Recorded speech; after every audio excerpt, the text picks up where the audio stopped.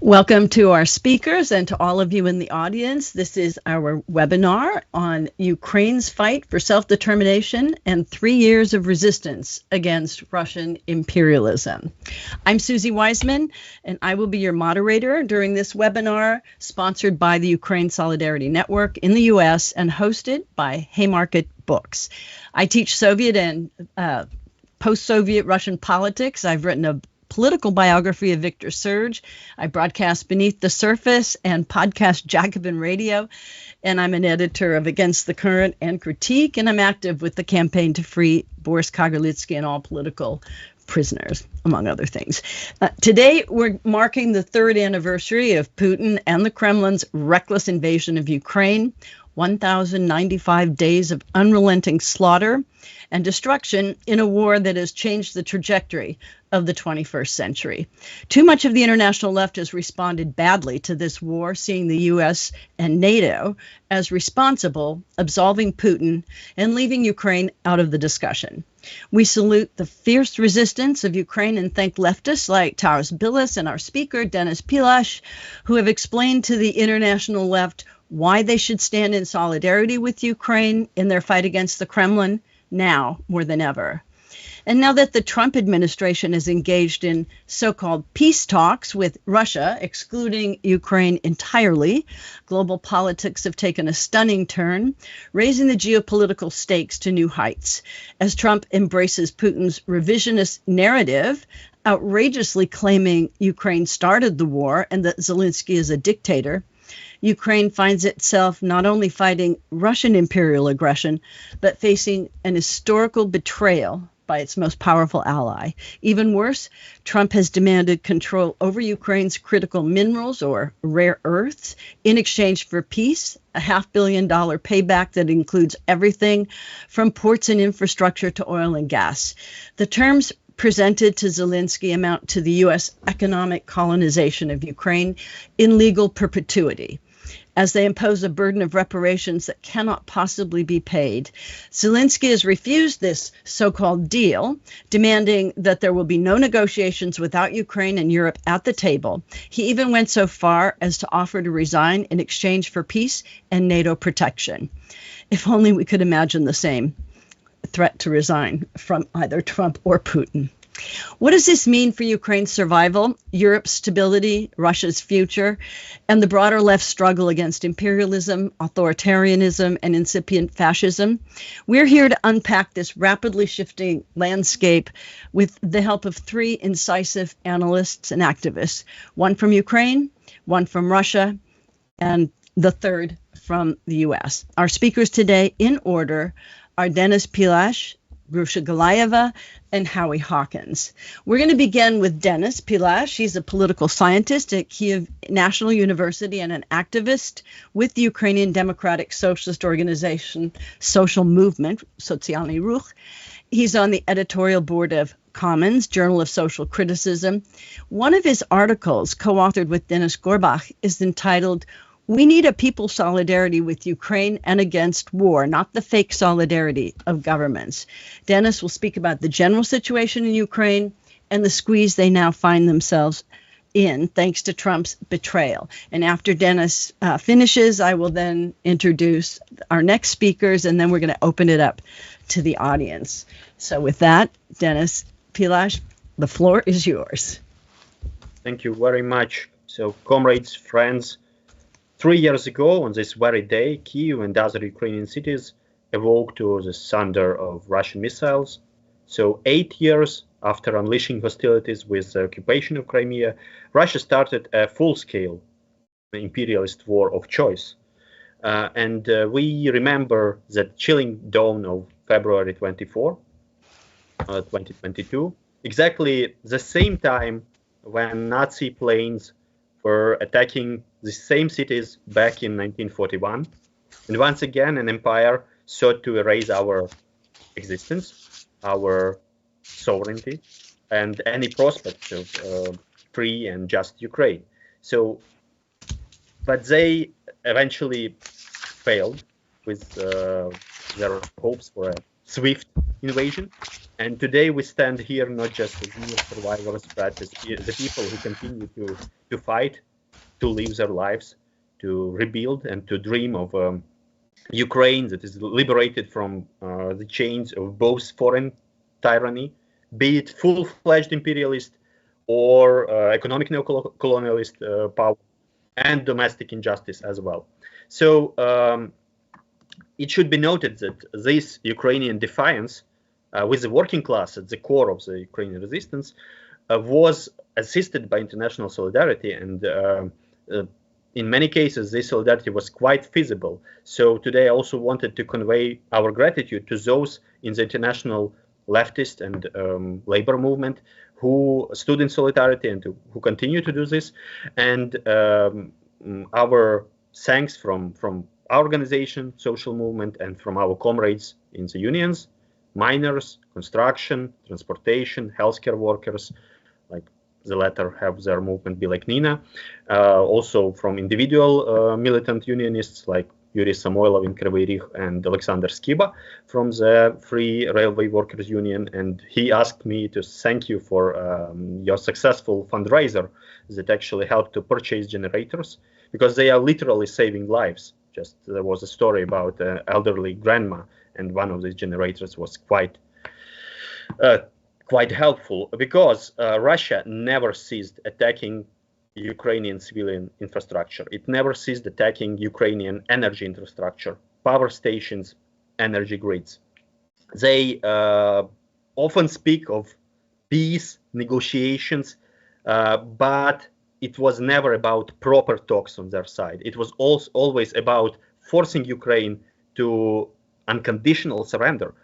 And actually, now we see that they do no good field gestures, yes, to show. They instead are doubling down their attacks with drones, with the missiles on Ukrainian cities. And again, we can say that this was doubled down since Donald Trump was elected, because with his return to the White House, while it was made clear that Russia's, Putin's impunity is directly fueling the rise of fascist forces in other countries and vice versa. So now we see that the most reactionary circles of the ruling classes, they feel empowered by Putin, Trump, and their colluding.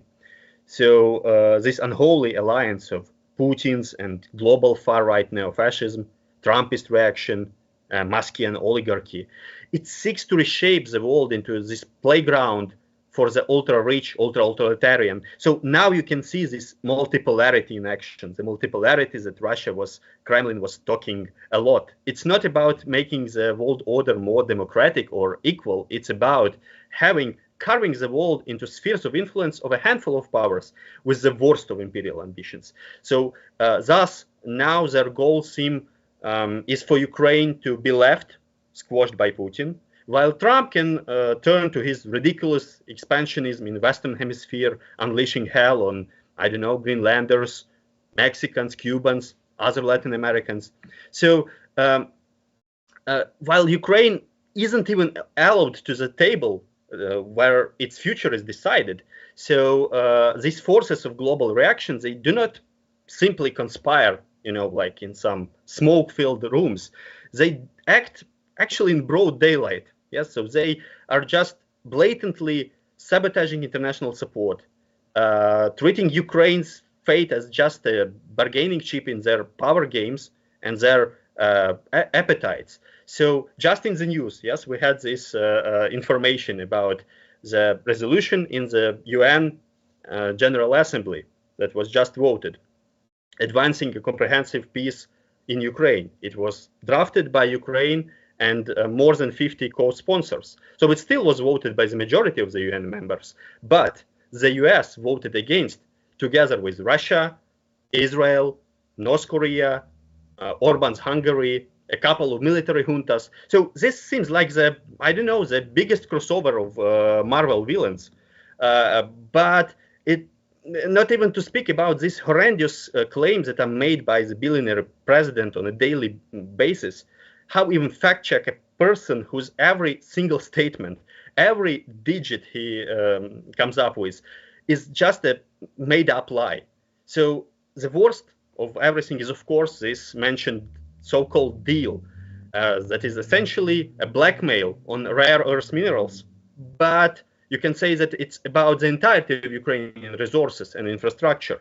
So the terms of this so-called deal are reported to be worse than reparations that were imposed on losing German side in the World War I. And this just opens Ukraine for looting by US capital in the future, but also it's forcing retroactive payment on Ukraine. Yes, what they expect, because they expect everyone bowing down without any objection. So even the still very servile approach of Zelensky's government, it infuriates them because they can't stand any sort of, like subjectivity, agency. And also what comes with their deals is this hyper-capitalist vision.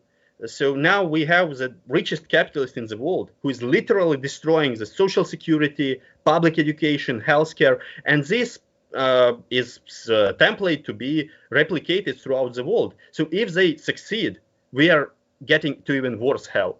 And in Ukraine as well, because even more deregulation, even more anti-labor legislation to appease the US investors. So now we also see that uber-capitalist goblins like Musk and J.D. Vance, they declared war on democracies in Europe and worldwide, and also try to install far-right, ultra-conservative, Quisling-style governments everywhere. So we see that our class enemies, oligarchs and dictators, are united. So we should unite too, because the moment to act and resist is just now. So far it seems that the resistance, both internally in the US and internationally, is still atomized, scarce, and we need to really build this network of solidarity, not just with Ukraine, but with the entirety of the oppressed people throughout the world, and to raise this fight to a new level, because essentially this may actually lead us not just to betraying Ukraine, but essentially to losing any prospects for progressive development throughout the world.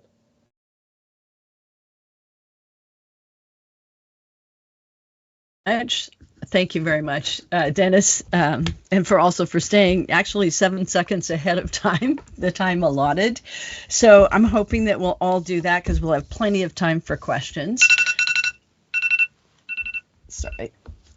My timer. Okay, sorry. So we're going to move now. The second speaker is Grusha Gulaeva, and she is in exile from Russia. She's the managing editor of the Russian socialist and anti-war website Posly Media.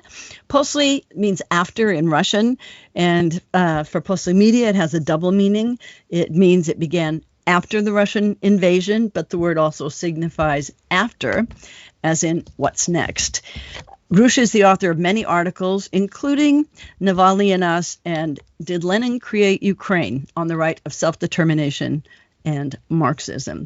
Grusha is going to talk about the internal situation in Russia, explain why Putin is interested in a respite, but only on his terms, and then she's going to say some words about the liberal opposition and the left.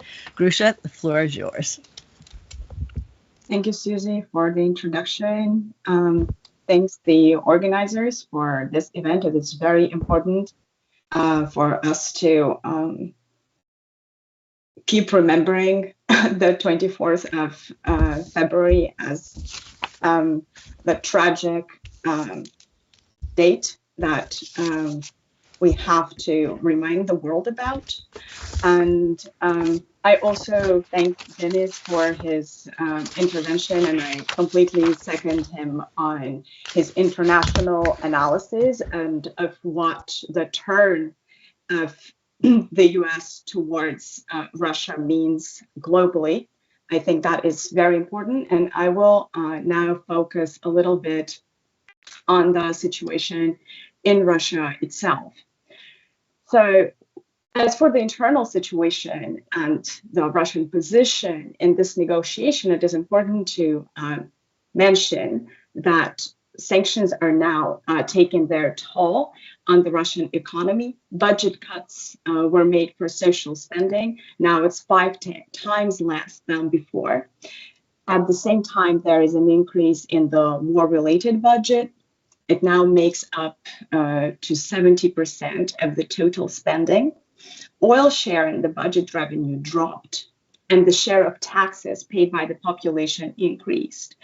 The inflation rate is officially estimated at 10%, but in reality, it's about 20%. So that means that the Russian population is beginning to increasingly feel the toll of the war. And as for the military, Russia seems to need a break, but still it can go on till the end of the year at the same pace as many experts estimate. For example, according to the International Institute for Strategic Studies, as of the beginning of January 2025, at least 172,000 Russian servicemen have been killed and 611,000 wounded. So that means that the irrecoverable losses for the Russian army amounted to about 550,000 soldiers and officers who will never be able to fight again. And that is approximately half of the total number of personnel by the start of the full-scale invasion in February 2022. Also, we can see that there are about 30,000 soldiers drawn into the Russian army for every month. And that means that Russia can conduct active combat operation and even support the offensive for at least 1 year in the parts of the front. And yet it has also increasing problems with the stockpiles of weapons because they have been depleted, especially tanks and armored vehicles are in shortage, though Russia manages to replenish its losses by fixing the broken artillery and building 25 tanks a month. Yet now Russia uses old models built in the 60s and 70s, and eventually it will run out of those. So for a year, at least, Russia is able to continue the war without any ceasefire. So even though economically and militarily Putin is interested in a respite, it does not have to happen right now. What he really needs is to have the West cut its military support for Ukraine, and with the rift between Trump and Zelensky, we see that support is now put into question. Europe also demonstrated that without the US, it is not ready to do more to defend Ukraine. We have not seen that Putin is ready to make any concessions. He sees the east of Ukraine as effectively Russian territory. Unless the West comes up with a common strategy for supporting Ukraine and repelling Putin's advance, Putin will not feel compelled to continue with the ceasefire deal if any conditions he does not like are put forward. And I think this is extremely important to understand for our comrades in the West. In either case, be it a ceasefire or a continuation of the war, the level of political repression in Russia is bound to increase. And I think that is especially important for both the West and the global South, because Russia can be held as an authoritarian mirror to the rest of the world, because that is what the multipolar world will look like for the majority of the population. Right now, there are 3,000 political cases in Russia. 1,500 people are in prison. Persecutions continue throughout the year. The patterns from previous years remained unchanged. So they are direct targeting of individuals, persecution of vulnerable groups, and the adoption of repressive laws. Moreover, another horrifying trend of the year was the death of individuals imprisoned for political motives. Alexei Navalny was murdered, 4 other people died in custody, another 2 passed away as a result of the consequences of being held in a punishment cell, and 1 died as a result of detention. One of the turning points of political repression in Russia this year was the Baimak case in Bashkortostan, which affected dozens of people. Another significant turning point was the Ankara prisoner exchange between Russia and the West, in which Russia released 16 people, most of them political prisoners. We also witnessed a sharp increase in criminal prosecutions of foreign agents and an intensification of the persecution of LGBTQ plus people. Political repression in Russia needs broader international attention. Only this attention and pressure can put a limit to how far Putin can go. And now a few words about the Russian opposition. The Russian liberal opposition is in crisis, especially after the death of Alexei Navalny 1 year ago. It has been going through a leadership crisis, and now with Trump, through an identity crisis. But this crisis could enable the liberal opposition to finally come up with a way to address the two main reasons which made Putin's invasion possible. The first one is lack of democratic institutions, and the second one is the impoverishment and indebtedness of the Russian population. Both of these were not seen as a problem by Russian economic liberals in the 1990s, but the war signaled a shift in common sense. The challenge before the left today is to fill in the ideological vacuum that the opposition is facing. The common challenge is to stay relevant and in contact with activists and people who do not support the war and who are in Russia. So that will be it. Yeah. Thank you very much. We have a super disciplined group here. So we're going to move then to our final speaker, and then we're going to open it up. I guess first we'll just do questions among ourselves, and then we're going to open it up to the audience. Our third speaker is Howie Hawkins. He is a retired Teamster in Syracuse, New York, and a member of the Green Party and Solidarity and the Ukraine Solidarity Network. He was the Green Party's presidential candidate in 2020. And in 2024, he visited both Georgia and Ukraine. So Howie's here to talk about the conversations and discussions and anecdotes that he from his recent visit to Ukraine. And he's going to relate what Ukrainian progressives, including socialists, Greens, trade unionists, environmentalists, feminists, students, and others want from the Western and international left, and what they want the international left to understand, and what kind of solidarity we should be building. And with that, I'm going to turn it over to Howie Hawkins. Thank you, Susie.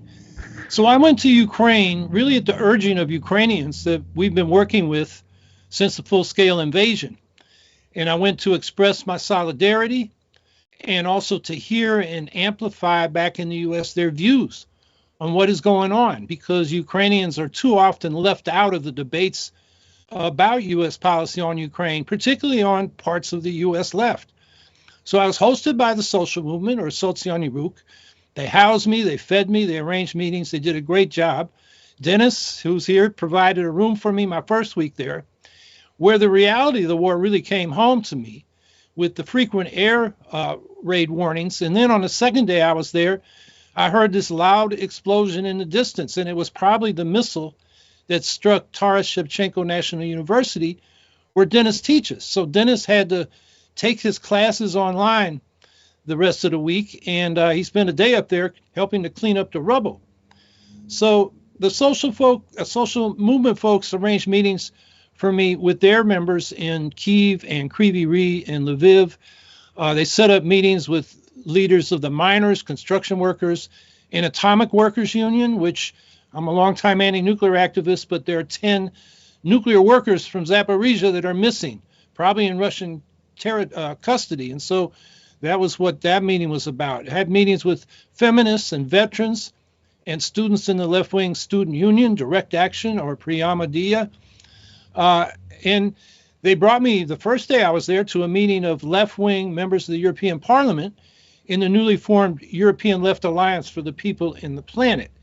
And it was refreshing, given all the debates we've had with campus in the U.S., to see these left-wing members of the European Parliament talking about how to strengthen their country's military support for Ukraine. And then on diplomatic support, they focused on targeting Russia's shadow fleet that carries oil and gas exports in violation of sanctions. And so I got to speak with a class of high school students who have to meet every day in the basement of their school in Kryvyi Rih because of the constant bombardments.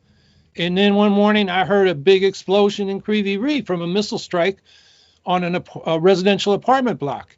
And that bombing killed 4, a mother and 3 children, and injured 14 others. And I was supposed to be actually near that building because Yuri Samoilov, who's the head of the Independent Miners Union of Ukraine, wanted to show me the balcony where Nestor Makhno, the leader of the anarchist communist movement during the Russian Revolution and Civil War, had given speeches. But the balcony, because it was near the building, was cordoned off by the emergency responders.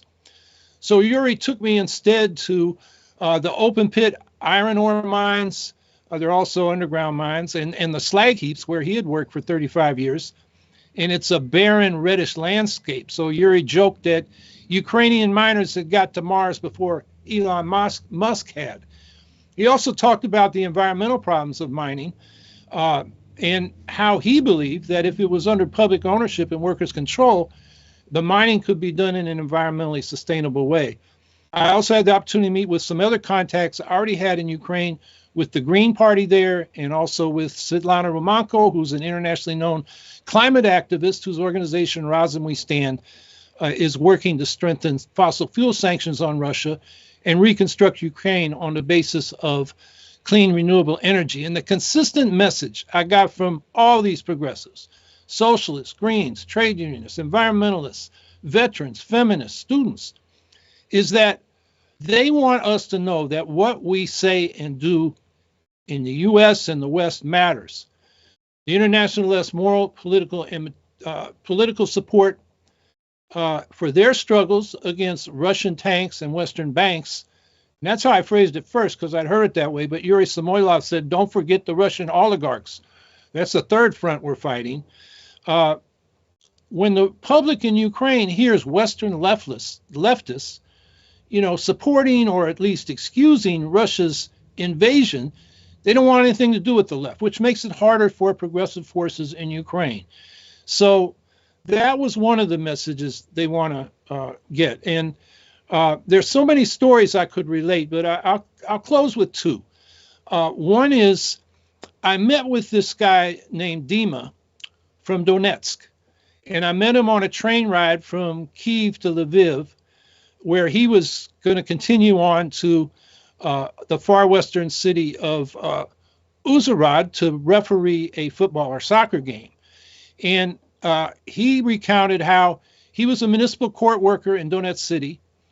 And in 2014, the Russians came in and just seized the building, seized the government, and he had to flee to exile, first to Dnipro and now Kyiv, where he's still a municipal court worker. His father, who was a police officer, had to get the hell out. First, he went to Mariupol, but he had to go from there after the full-scale invasion in 2022, when Russia just flattened Mariupol like Israel's flattened Gaza. And he's now moved to Dnipro. Meanwhile, his mother stayed in Donetsk City because the family knew that the Ukrainians don't bomb residential areas. So she could keep watch over the family home. And, what he wanted us to know is that his family and many families from the occupied territories really want Western support to help push Russia out of Ukraine so they can go back to their home communities and their families can be reunited.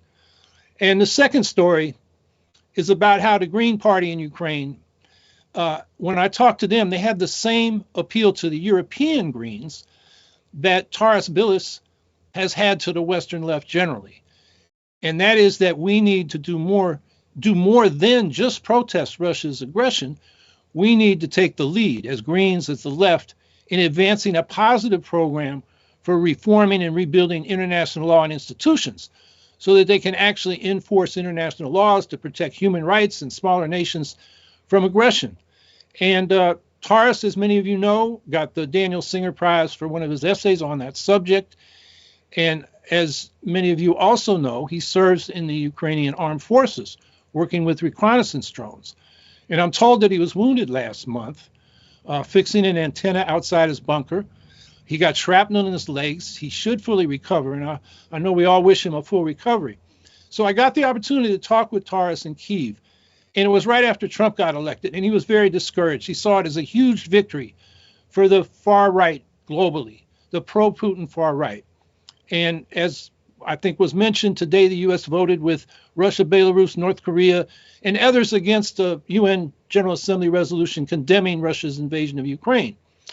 And what Taras told me is he said, he had been hoping that Russia's naked aggression would get the left and the West to take the lead in reforming the international system to protect human rights in smaller nations. And after Trump's election, he said now he's afraid it would take decades.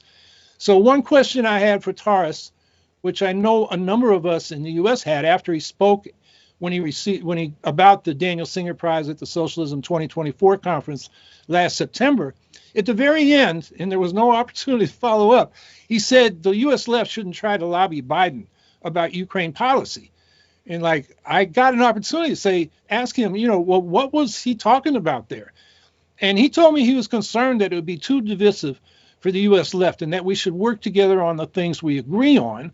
He said the social movement had to do that, set aside some of their differences on the Russian question while the Minsk Accords were in effect between 2015 and 2022, and build themselves around other issues. And of course, when Russia's full-scale invasion happened, it was clear, how everybody stood. They had to resist the Russian invaders. And what struck me about Taras's answer was, here's this guy in Ukraine engaged in the armed struggle against the Russian invaders, and he's concerned about how we build unity on the U.S. left.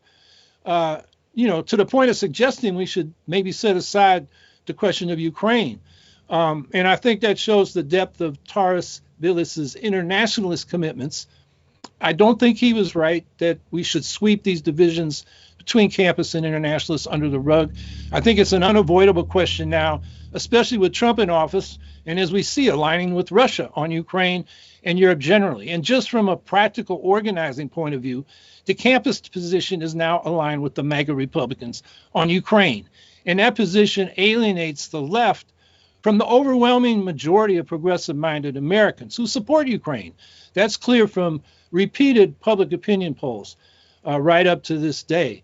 So if the progressive forces in Ukraine want us to know that our moral, political, and material support matters to them, I would also say, and that was what they wanted me to tell you, I would also say that such solidarity from the U.S. left for the Ukrainian left also matters for the prospects of the left in the U.S.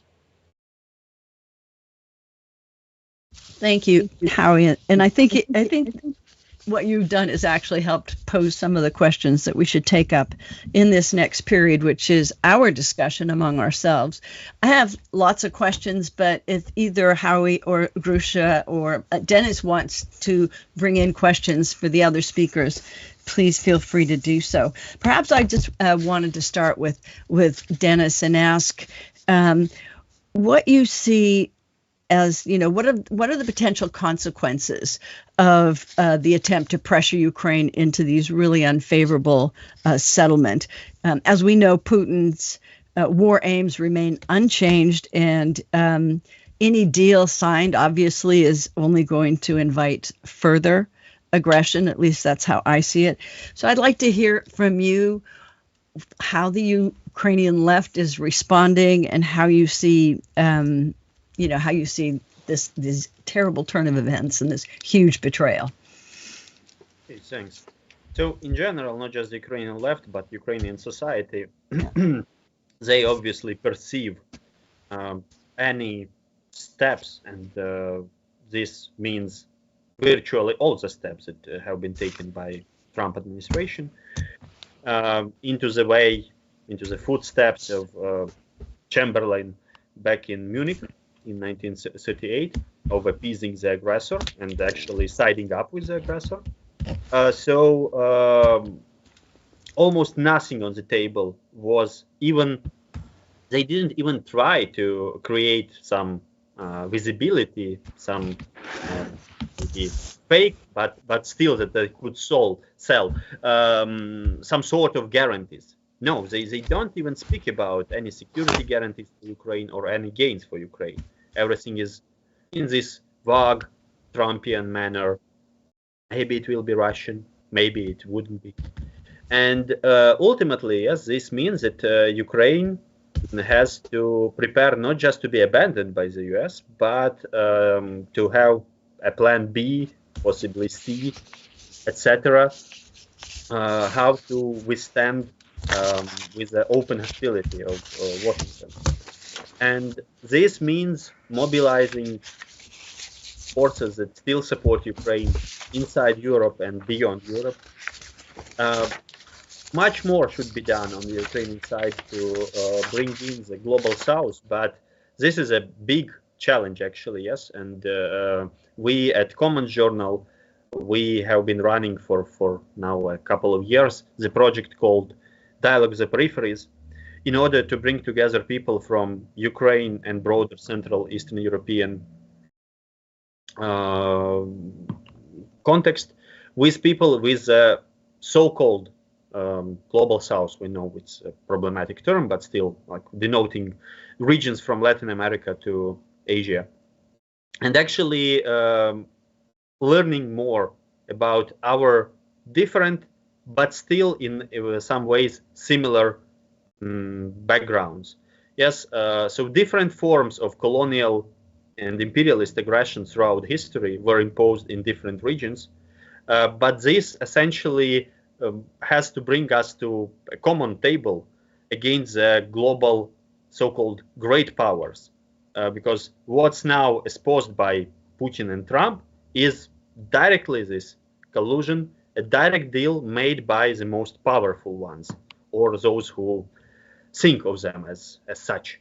Yes, and they even not just Ukraine is excluded. Even Europeans are denied to get a place at this table, and it's really funny to observe how you have these so-called talks you had in Saudi Arabia, an absolute monarchy with dismembering journalists in its embassies, and then you have two leaders of their respective regimes. One that is running completely sham elections, as it was outlined in a recent intervention by Bernie Sanders. Yes, so Putin, who is a parody on any sort of electoral process. And then you have a guy who tried to overthrow the elections, who from day one started usurping as much power as he can grab, and his ultra-capitalist cronies. And these guys are now, like lecturing Ukraine how it has to get elections as soon as possible. In order to have elections, you don't have to see missiles and planes flying over your head. Yes.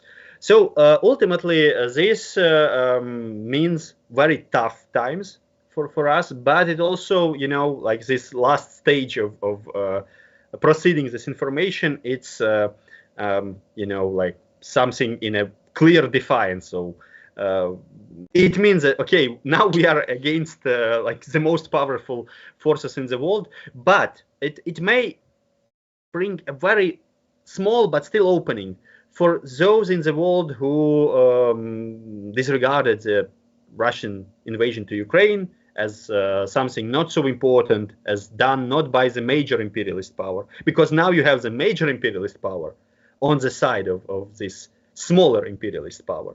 And both of them are going for this revisionist take on global international relations in order to return to sort of old school colonialism from the 19th century.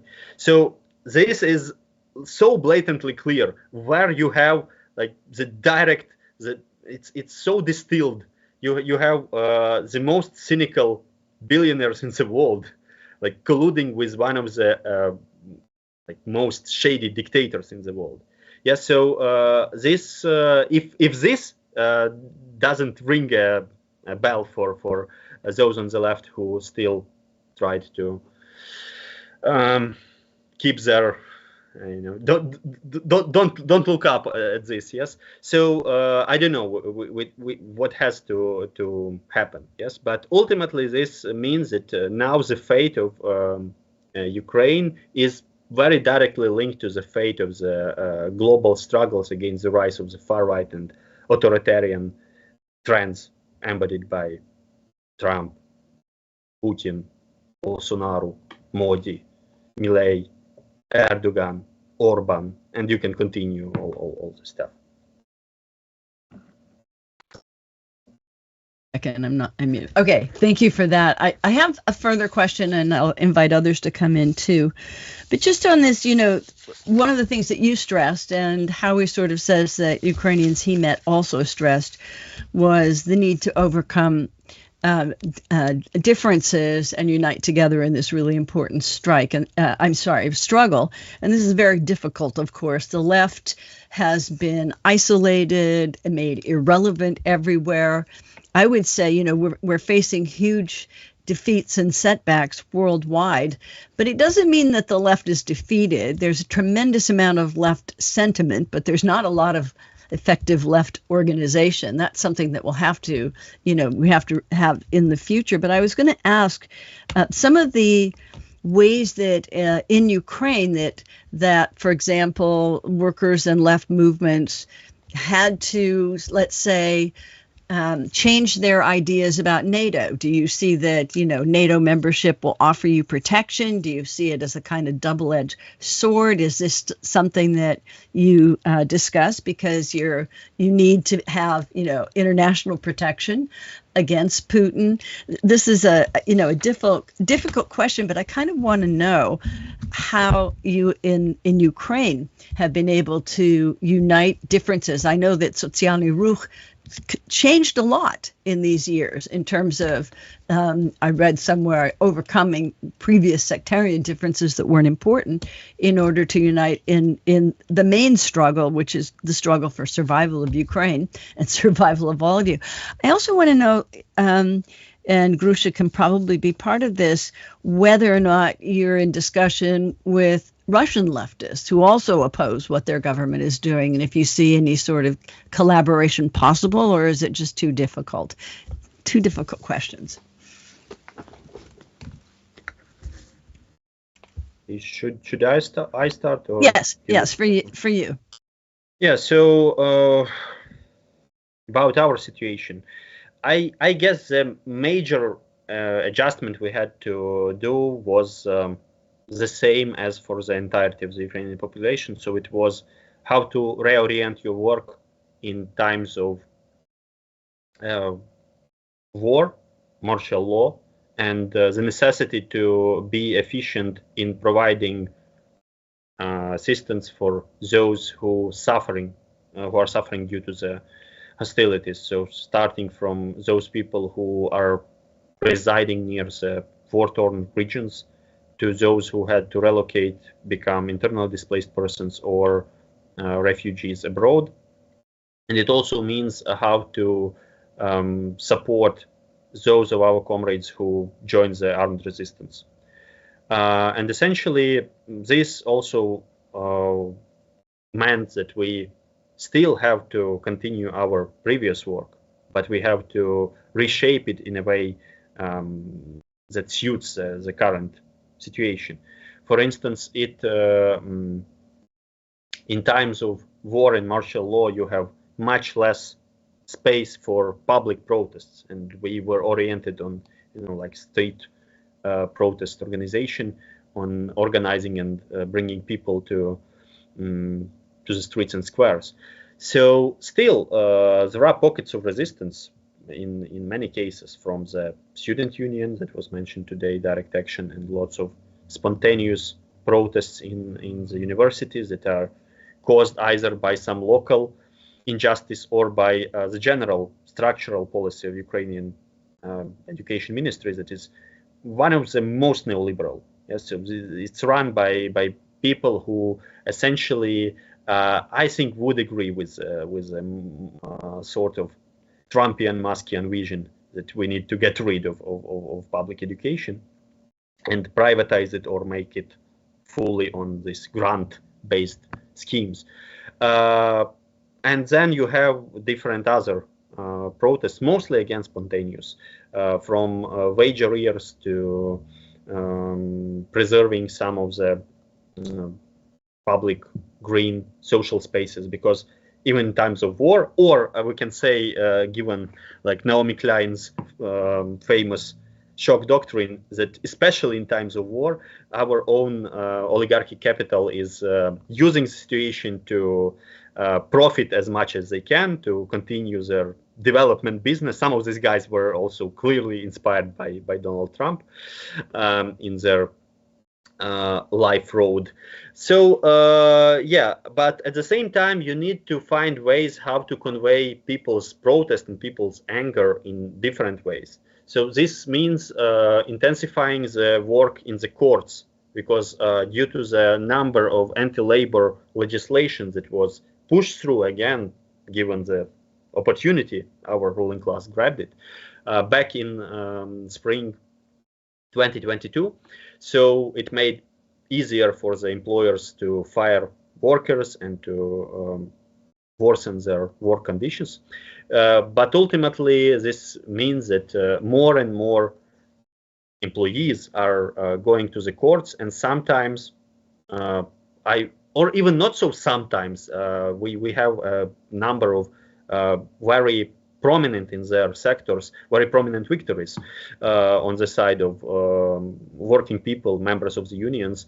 But still, yes, we need a more systematic solution. So this gives us another challenge, yes, how to reformulate, reshape our program, our platform for the times of war and wartime and post-war reconstruction. Yes, so we were trying again to gather those movements that are linked to all the struggles to have a common vision that would be anti-capitalist, anti-oligarchic in this way. And then you have these big questions of international security, yes, and obviously many of us, I'm still very critical of course, NATO and US imperialism. I was politicized on the wake of Bush administration starting the Iraq war, and that's why I clearly see how Putin is a continuation of Bush adventurism, military adventurism, not some sort of, like dialectic negation. But again, for the Ukrainian society, as for the society, for instance, in the Nordic states, Sweden and Finland, Putin has been the most efficient NATO salesman. Yes, because given the fact of this outright aggression, it has led to skyrocketing approval of joining NATO as possibly the most visible military alliance. Yeah. So at the same time, we were also speaking from the beginning that NATO means different things in different contexts. Yes, for the US, at least until Trump's administration, NATO was a way to clearly have Europe under sort of its control. But for Europe, it was also a way to reduce its military spending for the Western Europe. But for Central Eastern Europe, many of them, both the elites and also the population, they saw a prospect of a possible Russian revanchist interventions. So they resorted to this membership in order to find some protection. And this is what happened with the Ukrainian population. But at the same time, in the wake of this, in the course of the full-scale invasion, many people who grew enthusiastic about Ukraine someday becoming part of NATO umbrella, they also now are frustrated by the lack of, both the prospects for Ukraine to join either NATO or any other security guarantees, and also the inability of these alliances to clearly support Ukraine. Yes, so notwithstanding with all the talks of how everything is just purely NATO's fault, but you've seen that major NATO members from the beginning, they never were going to admit Ukraine to be a NATO member. So it was never a real prospect, yes. But at the same time, yes, it captured the attention of the audience, and still it's now part of this bargaining, yes, what we can abandon for anything. And the worst prospect is essentially being forced to a sort of capitulation, but at the same time leaving Ukraine open for another Russian intervention. So this is what we in the Ukrainian society in the broader European context want to avoid.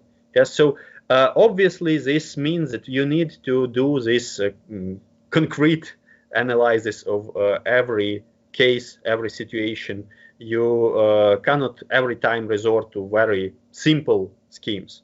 Like the same also goes for a worldview where you see like many perceived here, at least for a time, that while Russia is so clearly vile and evil, so everything that is deemed as anti-Russian should be good for Ukraine. Yes, but it's the same trap that sort of this one-sided anti-Americanism produces. Yes, when you just ignore that you have not just one bad guy in the room. You have the general. The problem is in the imperialist capitalist construction that gives these countries and their capital so much power.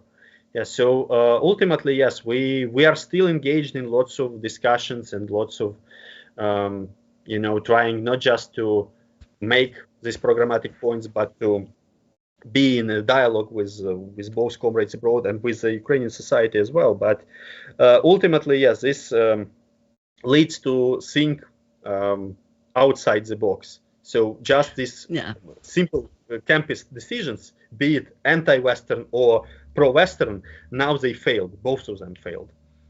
Okay, thank you for that. And given the time that we have another half hour, a little bit more.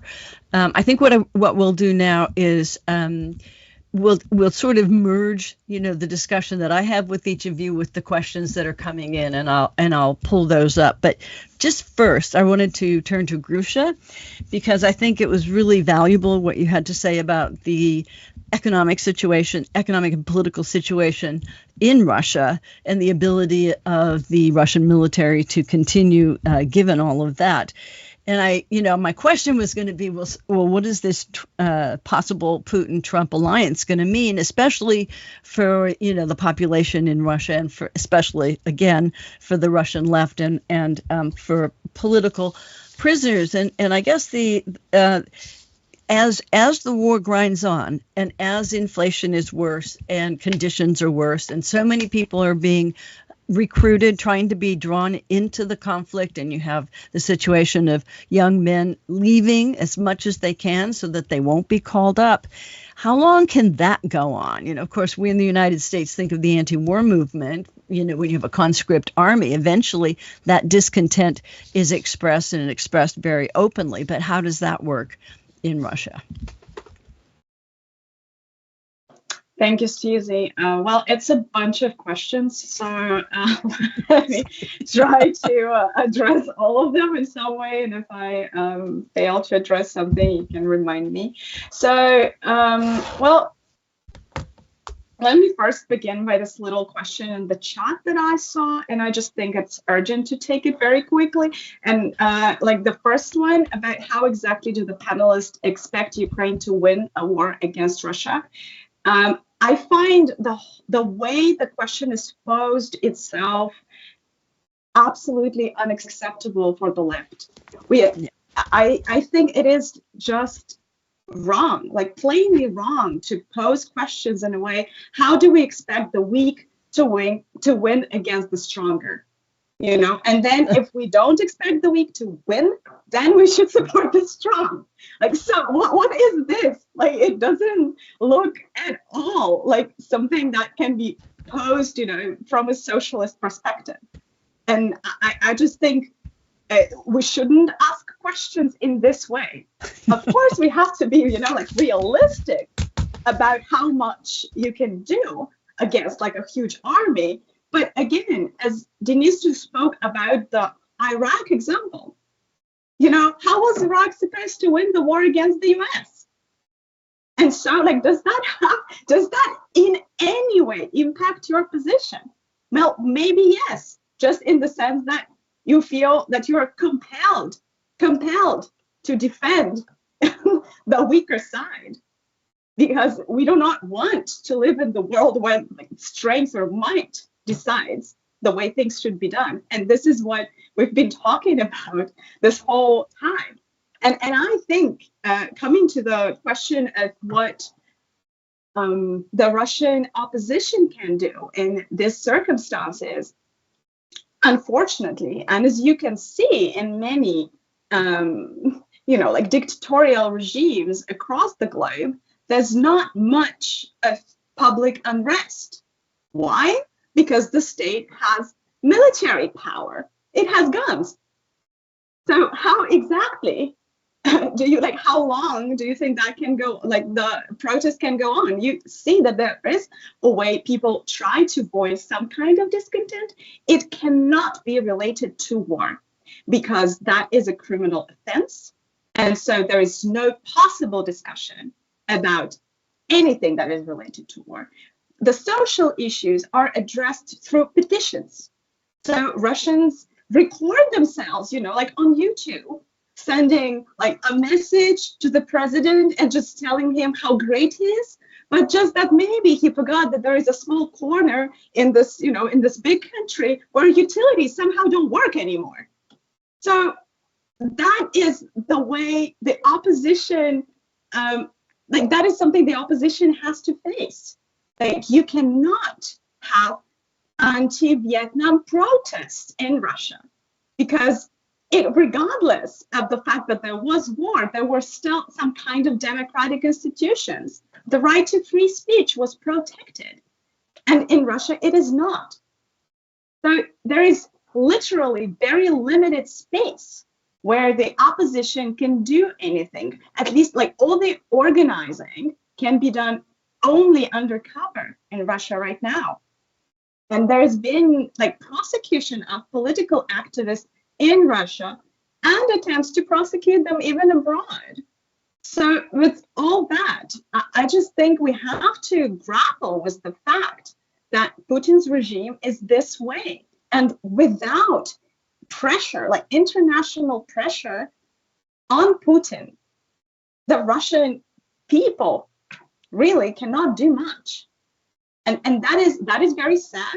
But that is something we have to admit because it's been 3 years into the war and the situation has changed drastically since the time when it began.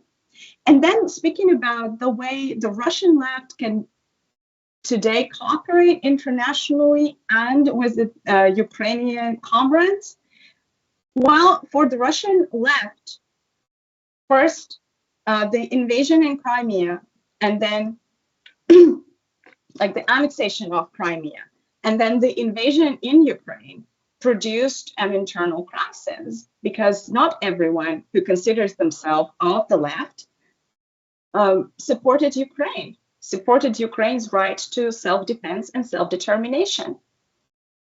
So for that cooperation to be possible, the Russian left has to admit that Russia is an imperialist power and that it does have this imperialist ambition that it has to tame.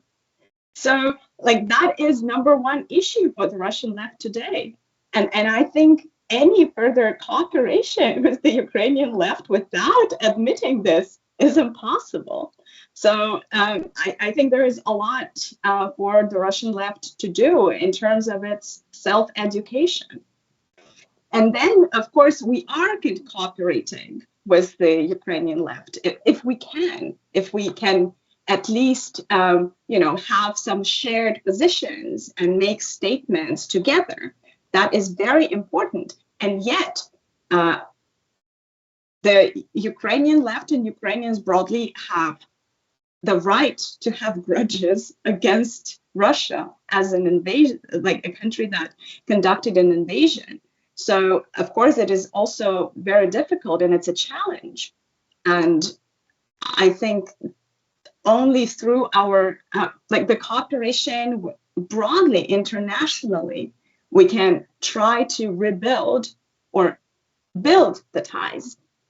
And then when it comes to the international left, today, definitely it is in a crisis. And it also finds itself in a position when it has to defend things that it used to criticize. For example, the international order or the international institutions.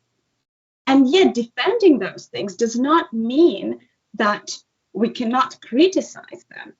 And there is a need for that, but of course the world order that existed before the war was in crisis and is in crisis. So it has to be criticized, but it doesn't mean that we have to abandon all the international institutions altogether, or the international right or international law altogether.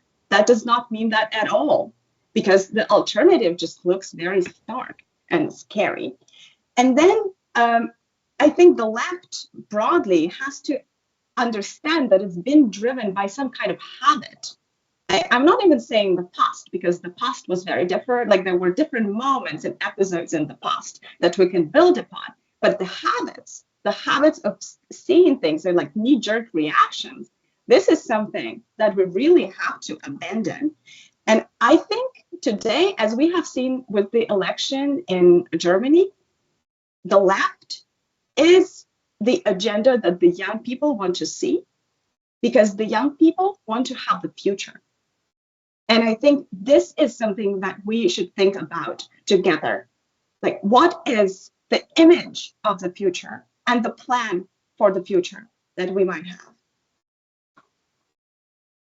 Thank you so much for that, Grusha. And of course, these are really important questions for all of us to take up. And literally, the last one that you brought up was essentially the question that began the Arab Spring and Occupy and all of these movements, in reaction to capitalist austerity, neoliberalism, and the thought that young people have no future. So that's essentially the struggle, and that should bring about a lot of unity. We don't have a lot of time left in terms of our discussion. I want to bring in more, to invite the audience to, bring in more questions.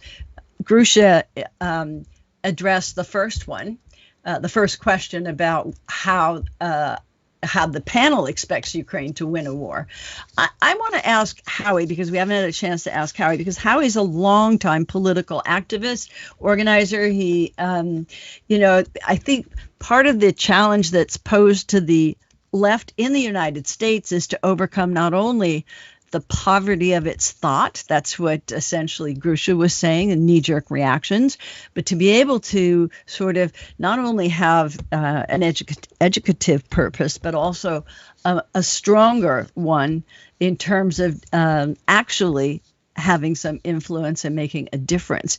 And I have to say, and Howie can probably address this, as I see the sort of terrible situation that Ukraine is under, isolated, squeezed. It reminds me, I can't help but say it, of the Spanish Civil War, when the democracies of Europe decided not to support, and it was up to the ragtag band of international leftists to volunteer to fight the Franco and essentially Hitler and Mussolini fascist regimes, hoping for, viable support from the Soviet Union at that time that gave them terrible weapons, and you were stabbing them in the back. So I don't want to say that Ukraine faces the same future, but I find that somewhat analogous. Howie, what are your thoughts about organizing initiatives and how people, begin to overcome some of those other differences and begin to really understand the tasks in front of us? Wow, there's a lot to say, but I'd say just starting with Ukraine, the campus who have not shown solidarity to Ukraine are now in bed with the MAGA Republicans. And the movement is going to arise. It's beginning to arise against Trump and his regime. And Ukraine solidarity and people on the left should bring the Ukraine issue into that movement, because it shows, Putin and Trump are on the other side, and we oppose these right-wing fascist governments. So I think that's one thing to start with. I think another thing is, you mentioned the poverty of thought on the U.S. left, and you can really see that if you read people like Dennis Pilash and others on the Ukrainian left. They're a lot deeper. They have a lot better understanding of international politics. Americans tend to be insular. And so they talk about Ukraine without talking to Ukrainians. So I think, we need to learn. And Sotsialnyi Rukh, I was very impressed. They're a small organization in terms of numbers, but they're involved in the movements. They're well integrated with the trade unions, the feminist groups, the environmentalists, the veterans, and the student union, the left-wing student union. And so they're an example of what we need. We need a left-wing party that's on the streets as well as, in elections, and also doing political education. I mean, one of the things I saw when I was in Lviv, a guy gave a talk on organizing, and one of his slides, he had a PowerPoint, was of the Black Panther Party and the community services they provided. And when I was in Kryvyi Rih, the Sotsialnyi Rukh chapter was doing that. The social movement chapter was doing that. They were providing English classes. And I saw a class of, kids around first grade and another class of high schoolers learning English provided for free by Sotsialnyi Rukh members of the teachers union, and they're the ones that took me to the basement school. And then in their storefront, they were having these classes. So I think we can learn from what they're doing in Ukraine in terms of building, an alternative here. And I guess the other thing, is, I've been involved in efforts at independent left politics since the Peace and Freedom Party in 1968. And I think there are a lot of lessons to learn as to why we haven't been able to do it. But I would say generally, we need to first be a movement as well as an electoral party. And secondly, we need to build from below. We need to build local organizations. And when they're strong enough to get into municipal office, and from there, a foundation, you can get to the legislative office, and the left to have influence on national politics, whether it's Ukraine or anything else. I don't think we're going to have that until we have a caucus of lefties, Greens, or whatever in the House of Representatives. That I think we can aspire to. Presidential campaigns, and I was a presidential candidate, they're educational, but they don't impact the larger dynamic. I think that is how we, build a party. And I'll say we can't expect what we talk about on the left to come from the Democrats. I think their DNA is neoliberal. They are funded by their own billionaire oligarchs, and Harris touted their support in the campaign that she lost. And their organizational infrastructure is peopled by the professional managerial class, who may be socially liberal on the Democratic side on some questions, but when it comes to economic equality, they're affluent people that don't want to pay taxes for a progressive, redistributive economic program. So there's a huge vacuum on the left. You look at public opinion polls, people are very much to the left on economic class issues and generally to the left on social issues. So there's a void for us to fill, and it can be done. But I say we got to build from below, and we got to be involved in the movements and not just elections. Thank you. I want to open it up just to all three of you to ask each other questions and to see what other questions are coming from the audience right now. Nothing is appearing on the chat list except, is it true? Yes, so Alex Otten asks if it's true Ukraine has to pay back double the aid they received. It looks like that's on the table, but being rejected. So we'll see what happens there. And then another question from the audience was whether or not we could speak essentially to you, I think, Dennis. Can you speak about the right within Ukraine? I guess it's also, we can connect it with this, as it was rightly outlined, incorrectly formulated first question, because essentially no one is asking how do you expect the imperialist power to win, and still you have lots of examples when they failed. And as it was outlined, not just Ukraine has lots of problems, and Ukraine is really now the weight of exhaustion, growing inequality, the burden is carried by those who are essential, who gave everything for our collective survival. Yes, so it's a hard situation, but it isn't so rosy on the Russian side as well. Yes, they have more manpower, and they really don't take into account casualties. But still, there is lots of failures there, and ultimately more economic pressure on Russia that is done now, and it's a bit too late when we speak about the shadow fleet of Russian oil carriers, and when we speak about different loopholes used by the Russian oligarchy to essentially avoid sanctions. Yes, so it could be doubled down, and it could be more efficient, making Russia's situation more difficult. And ultimately, yes, the Vietnamese managed to defeat the French, the Americans, and the Chinese in a row. So sometimes the underdog is, due to different circumstances, can pose a defeat for this attacking power. But the question, when we essentially agree to this logic that the strong has to win, the aggressor has to be rewarded. Yes, so this both will lead to strengthening of Putin's regime in Russia and strengthening even that authoritarian nightmare that is unleashed on its own people, and also on those people who are left under on the occupied land of Ukraine, because it's not just about the land, it's not just about the area, it's about those millions of people who are either under the occupation or they may have no prospect to return, yes, if it remains under the occupation. So ultimately, yes, it will lead to positive consequences for the Russian regime, and it also will lead to very grim consequences for Ukraine. And here we can bring in the question of the right, because Ukrainian nationalist right, in terms of its popular support, it never was strong compared to the majority of European countries. Yes, but obviously, war often brings out all this nationalistic sentiment, and especially being a humiliated, defeated country, carved down, partitioned, and possibly awaiting another invasion, thus leading to more militarization and more this authoritarian way of doing things. This paves the way to strengthening of the Ukrainian right.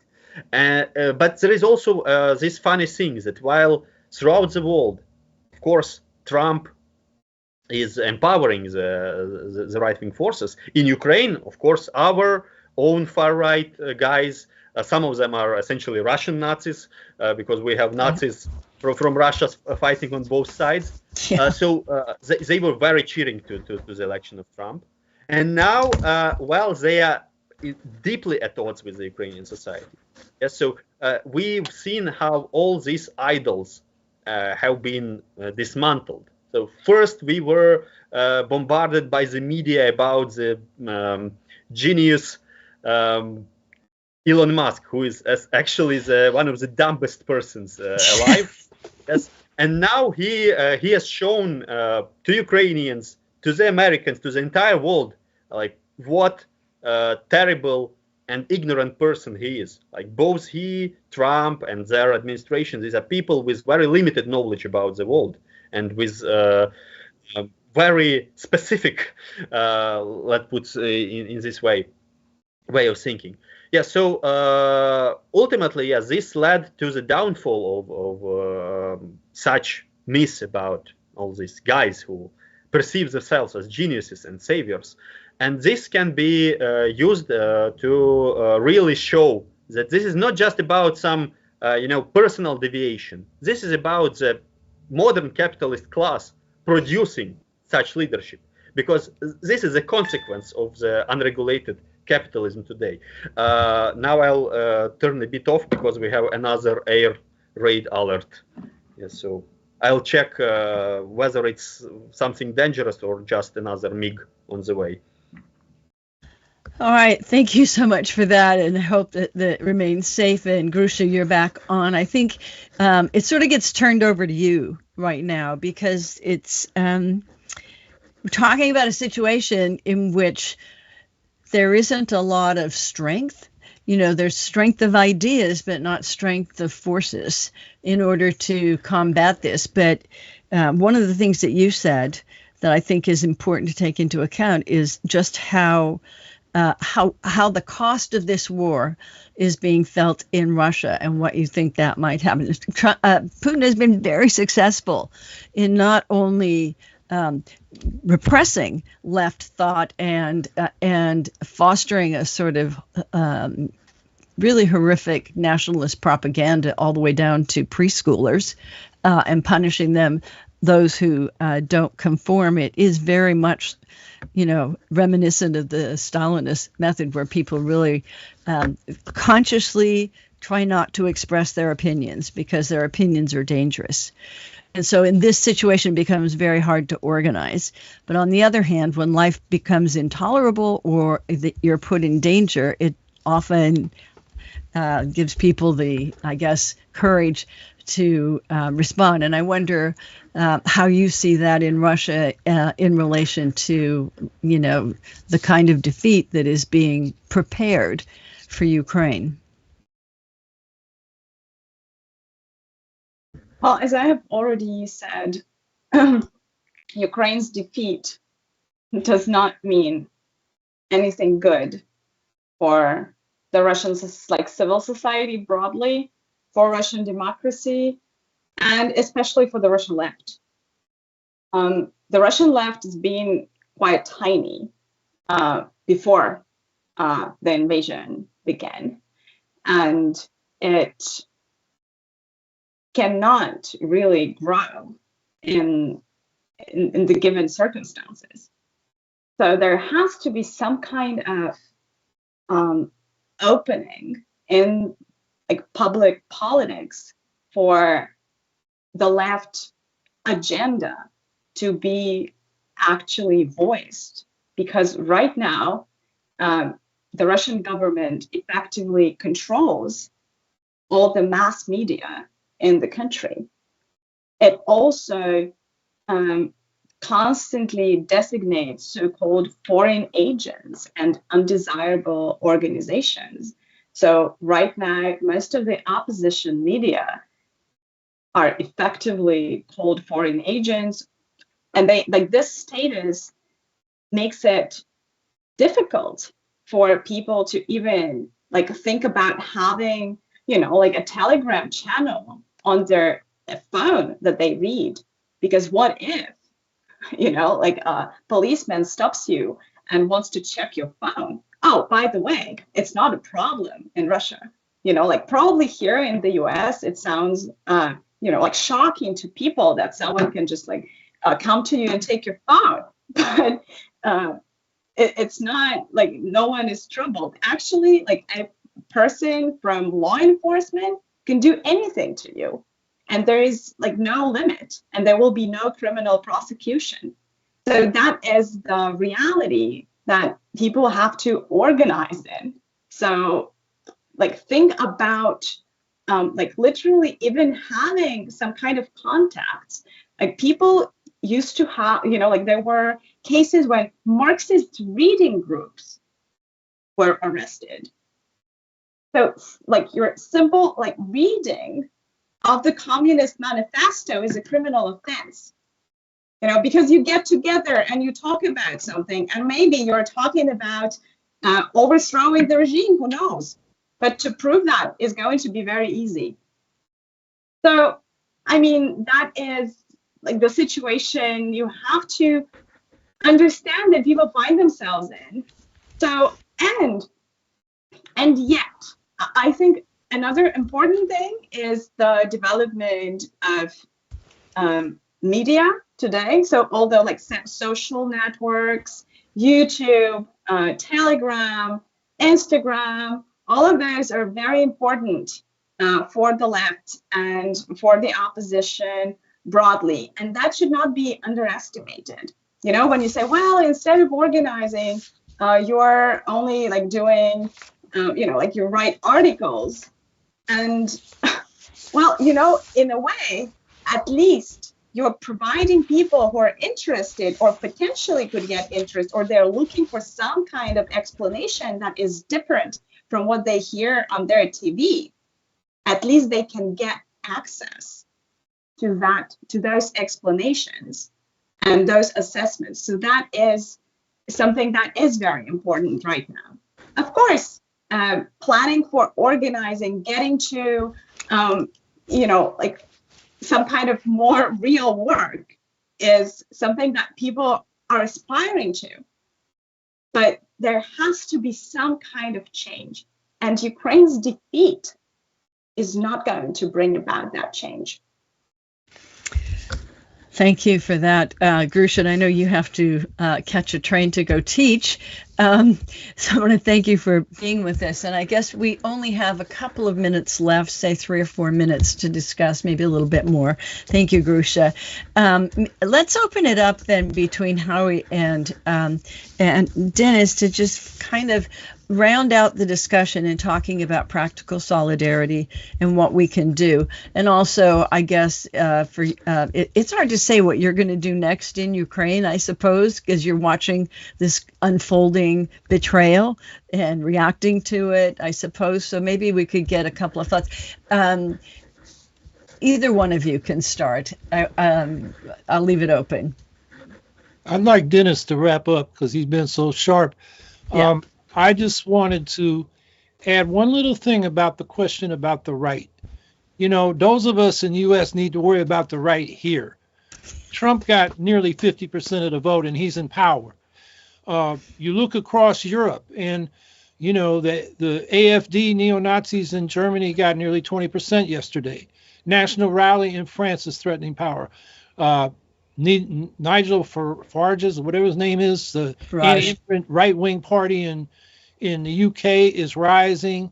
The right is part of governments in Austria, Netherlands. But in Ukraine, where they had elections in 2019, the far right parties, you know, the right sector, Sloboda, and others, they ran a president who got 1.56% of the vote. And they had a parliamentary slate that got 1.65 for president and 2.16% for parliament, below the 5% threshold, so they didn't get in. So Ukraine does have a right. It's a problem. But man, you know, in the West, we got much bigger problems. Okay, the then other thing I'll say about going forward is I just invite people to be in touch with the Ukraine Solidarity Network. Go online, ukrainesolidaritynetwork.us. And there's a lot of material there, including, you know, stuff that the Ukrainians have written on our website. And get involved in, you know, let's bring this issue to the whole movement against Trump reaction. Thank you. And Dennis, if you could just sort of wrap up with these thoughts, we have about 3 minutes. Okay, so I also feel like here in Ukraine we have lots of challenges to tackle with, and the right wing is one of them, corruption is another one, austerity. But I feel that it's not up to Americans to taunt Ukrainians that they have problems, because now the major problem in the world, I think, in all three of these issues, it stems from the US. So it's the most manifested problems of the current stage of capitalist development. So ultimately, yes, we see how everything is now interconnected, and how a possible outcome, how Putin's invasion, it essentially made easier for other aggressors to also try to do their military adventures. We see how Trump's election, it also stimulates different far-right reactionary forces throughout the world to also try to get into the power by different means, yes. And now we understand that Ukraine isn't the only suffering country in the world. We aren't the only suffering people, but we would like to convey our solidarity to all others, and we would like also to feel the solidarity of the people throughout the world, because here we fight for a peace that is just, that is not dictated by those who would sacrifice us for their own comfort. We want a Ukraine that is free not just from Russian tanks, Russian goods, yes, but also from international banks, economic colonization by Western corporations, oligarchic control of our own ruling class. And we would like, we aren't going to surrender, not to the invader, not to the profiteers, not to those cowards who seek compromise at the cost of justice. So ultimately, we would like others in the world to pick up their fights and to essentially combine their blows against the most reactionary forces in power that are now rising, and they're now coming together to a sort of a new black international of far-right neo-fascists, authoritarians, dictators. Yes, so they want to adjust the current oligarchic capitalism into to morph it into something even more terrible, even more oppressive, while our alternative, that is a direct opposite, the democratic socialist alternative, has to be unfolded. Yes, so I hope that those on the left who are true internationalists, they will join their forces throughout the world. Thanks. Thank you so much. And I want to thank all of you and thank the Ukraine Solidarity Network in the United States and Haymarket Books for making this possible, and Sean Larson for his technical expertise. And I'm Susie Wiseman. I want to thank Dennis Pilash, Grusha Gulaeva, Howie Hawkins, and just say, inform yourselves. You can find out about repression in Russia by looking at ovd.info. You can go on to any one of the Solidarity Network here to get more information, and read comments, read the Ukrainian press, educate yourself more about Ukraine. I know those of you who are with us today probably do, but the tasks in front of us are immense, and the stakes are even more immense. So I'm an optimist in the world. I think that this right-wing craze cannot prevail for long, but we have a huge fight in front of us, and I want to thank all of you for doing what you can.